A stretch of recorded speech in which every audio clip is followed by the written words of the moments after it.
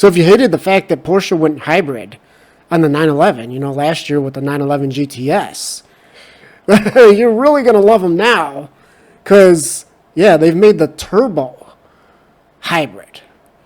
And that's it. That's your only option. You want the turbo, you're going to get all this stuff too. Although it's not exactly the same. It's not exactly the same as the GTS because guess what? Yeah, we actually get 2 E-turbos now. So that's where the GTS, there was only one. And of course they said they only needed one because it was an E-turbo, right? Which basically means you can spool it up instantaneous with the battery power. And what's really cool with these, it's kind of a trick thing, is that they can actually capture energy as well and feed that back into the battery. So yeah, but anyways, they said they only needed one, but hey, hey, the turbo's got to be the top car, right? It's got to be the best.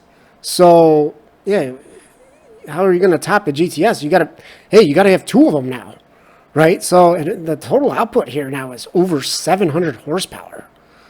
700 horsepower at a 911. And evidently, it's so fast now that you can actually warp space-time, I guess. So now a lot of you would be saying, the reason you don't want this hybrid crap is because it adds a bunch of weight, right? Well, yes, it does. They said it adds 85 kilos. That is true, but guess what? Guess what? The performance speaks for itself.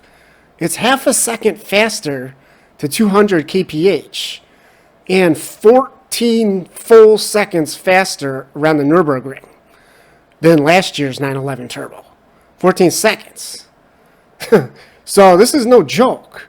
This is no joke. And by the way, there's other benefits here too as well.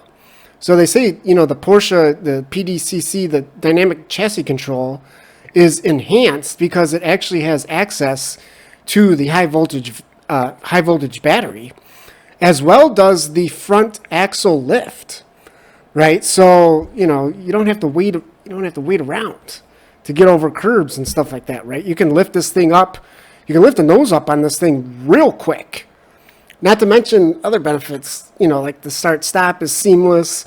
It can even run the AC, right? You can run the AC with the engine off. And they've also improved the aero on this thing to kind of try to offset the weight as well. So yeah, the front and rear has been tweaked. And in fact, this is a huge improvement. They say a 10% drag reduction. I mean, remember, this is basically just a minor facelift. It's basically the same car, right? The same shape. So you have to reduce the drag by 10%. That's huge. And of course, this all starts, at the front. This is basically taken from the GTS. These slats that can open and close, right? Depending on the cooling that's needed. And of course, when these shut, you drastically improve aero, right? You reduce drag. So you don't have all that air going inside the car. So, and they look cool too, right? And they've kind of redesigned the rear bumper here to kind of mimic that, like almost like with these gills on the side. And then this, the new exhaust, we'll talk about that here in a second. But on the very edge, the very corner here, you can see these large vents. So yeah, it's kind of this more squared off in the corners there, and that's why they've kind of gone with this new exhaust design, which actually, I don't know. Let me know what you guys think about this. I actually really like this. Typically we've seen the oval on these turbos. But yeah, I think I kind of like that. Of course, they say this is titanium as well. And to kind of complete this new look, they've added a bunch of that turbonite. It's like that subtle bronze color. Basically, all the little accents and stuff, as you can see here, the Porsche and the badge, it's all got that on the exterior. So that is kind of a cool little touch. This image, I guess it does show it a little bit better. And they say that these little dots on here, they call this like dynamic pearl structure. I don't know about that. Marketing BS. It kind of just looks like Braille, doesn't it? But anyways, the turbonite stuff is really carried through the interior as well. And of course it looks fantastic against this black leather.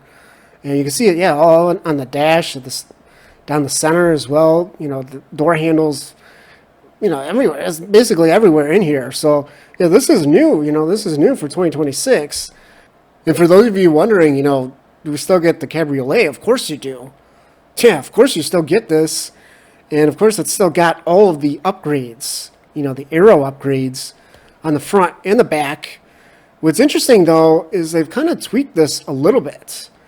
You know, number one is this spoiler is kind of cool. I don't know, it's kind of cool looking. So, you know, on the coupe it's completely flat. But we get these little, the ends kind of flare up there. You see that? So I guess that's, you know, because there's a lot of turbulent air coming off of, you know, because there's no roof line, right? It gets all like this. So, you know, it's probably just to catch the air a little bit better and really, you know, reduce the difference between, you know, the coupe and the Cabriolet as far as aerodynamics is concerned. Now, what's interesting, though, is for some reason, the Cabriolet still gets the oval tailpipes. So, kind of a weird decision, isn't it?